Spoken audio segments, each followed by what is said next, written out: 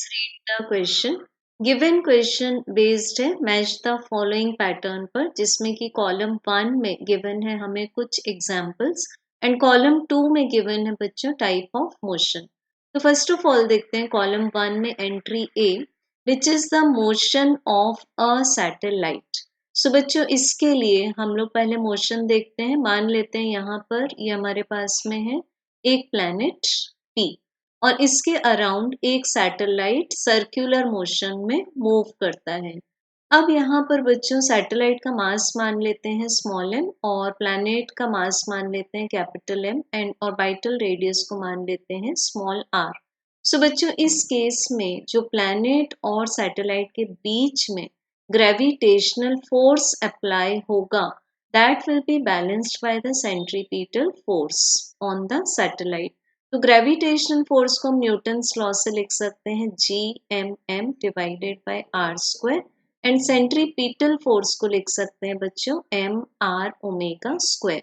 तो यहाँ से m कैंसिल हो जाएगा एंड बच्चों हम देख सकते हैं कि जो हमें ओमेगा स्क्वायर का आंसर मिलेगा that will be Gm divided by r cube.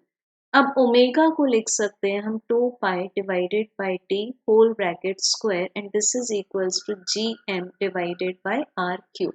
तो बच्चों यहाँ से हमें बिल्कुल खास कंक्लूजन मिल रहा है that T square is directly proportional to r cube. So अगर एक गिवन रेडियस की हम बात करें तो time period will be constant, therefore हम इसको बोल सकते हैं कि सैटेलाइट का जो मोशन है वो पीरियोडिक मोशन है क्योंकि इसमें पीरियड फिक्स है। सो बच्चों हमें ए एंट्री का जो आंसर मिलेगा that will be 3 entry in column number 2। अब देखेंगे entry number B motion of a simple pendulum.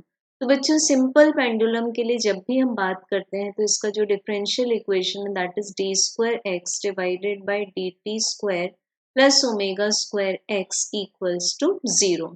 तो बच्चों यहाँ हमें जो मोशन मिलेगा वो सिंपल हार्मोनिक मोशन मिलेगा बिकॉज इसका डिस्प्लेसमेंट इक्वेशन भी आता है x is equal to A sine omega t plus phi, जहाँ पर फाई है हमारे पास इनिशियल फेज और phase constant at t equals to 0। तो बच्चों एंट्री बी का हमें आंसर मिल जाता है 4। Next checking for entry number C oscillation of stretch string in air.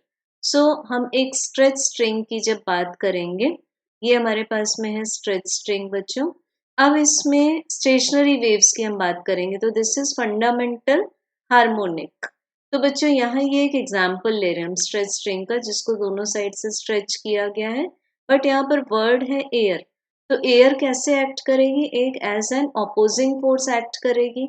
सो बच्चों इंसिडेंट वेव और रिफ्लेक्टेड वेव को जो एयर अपोजिशन प्रोवाइड करेगी उसके कारण ये जो स्ट्रिंग का मोशन है वो डैम्प्ड ऑसिलेशन हो जाएगा, मीन्स धीरे धीरे इसका जो एम्पलीट्यूड है वो कम होता जाएगा एंड फाइनली ये स्टॉप हो जाएगा। तो बच्चों सी एंट्री का आंसर आ जाता है हमारे पास 1। देन एंट्री नंबर डी है flying of a paper writer placed on the stretch string. तो बच्चों इसके लिए हम एग्जाम्पल ले लेते हैं एक सोनोमीटर का।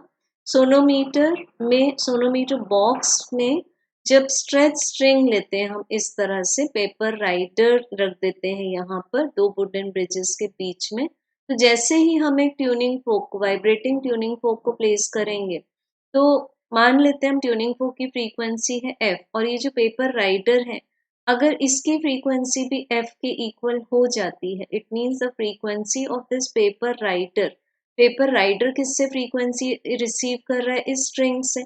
तो इसकी फ्रीक्वेंसी इस स्ट्रिंग की फ्रीक्वेंसी अगर फ्रीक्वेंसी ऑफ द ट्यूनिंग फोक के इक्वल हो जाती है तो हम बोल देंगे कि ये कौन सा ऑसिलेशन है, रेजोनेंट, और उस समय पेपर राइडर फ्लाई कर जाएगा।